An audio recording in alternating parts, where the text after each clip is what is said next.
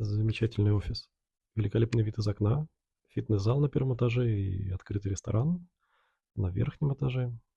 Да, и парковочное место, которое оплачивает компания. Что может быть лучше?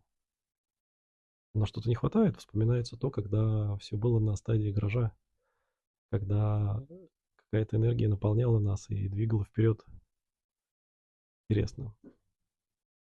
Дело в том, что на нашу жизнь влияют гигиенические факторы и мотивационные факторы.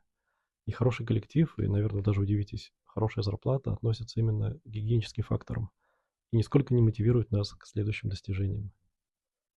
А вот мотивационные факторы, которые так хорошо известны людям, которые создают что-то новое и достигают своих целей, это очень важная часть нашей жизни.